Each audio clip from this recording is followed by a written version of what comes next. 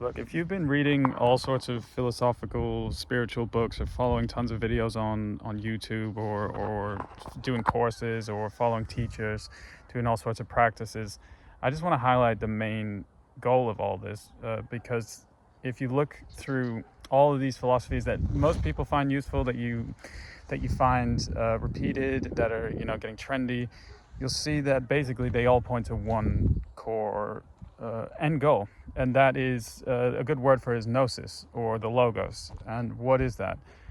That is just the inherent intelligence that we all have within us. That's the point of stillness that everyone talks about, and it's very simple to arrive at. It's the simplest way to put it is to follow your own path. You start the process of self-inquiry. You ask yourself what to do, where to go, and your mind gives you the answers.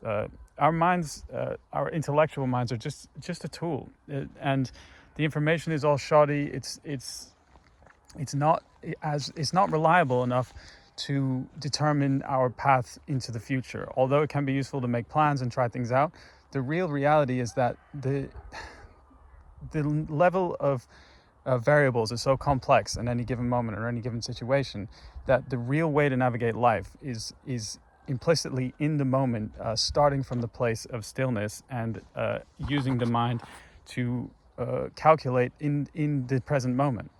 No concepts, no pre-designed opinions, pre-designed actions, but the immediate present calculation of the right move at this present time, all going towards the goal of peace. That's basically what's at root of all these philosophical processes or philosophical schools. I'm not talking about modern philosophy, and I'm not talking about all this analytical concept building, because concepts and reality are two separate things, right?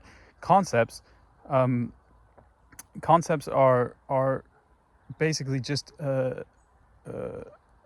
images in our mind. These are things that we put in our minds. These are like little placeholders for our experiences, and they're constantly changing every moment, since as time goes our mind grows and everything gets realigned in every single experience. We have a new experience, and that re-articulates everything we know. To try and use concepts to move forward or to think forward is a mistake, and it's what causes all the suffering and all the problems, because we think things should be one way and then we experience something different and then we have an emotional reaction.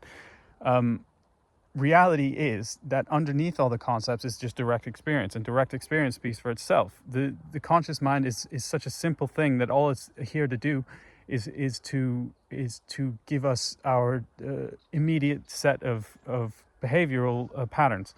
So living in stillness, using the mind just to calculate right now what to do is what this gnosis thing is all about. And this is what all the spiritual teachings are talking about, and this is where we can all be if we want to.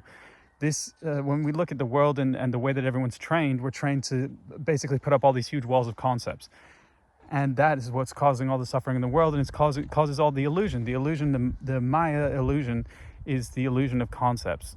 Reality speaks for itself, and it's here with us all the time. So what I'm just trying to get across here to anyone who's watching right now is focus on your stillness, on quiet, on observation. Stay present and observing all the time, and use your thoughts for your actions, because life is something that's lived.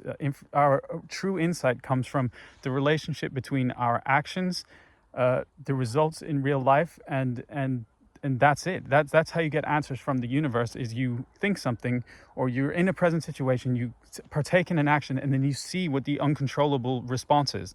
That's how you get the gnosis, and that's how you live directly attached to life. So I hope that's interesting and useful. It's been a while, so sorry if I'm a bit mumbly, but if you liked it, just subscribe, like, and I'll see you at the next one.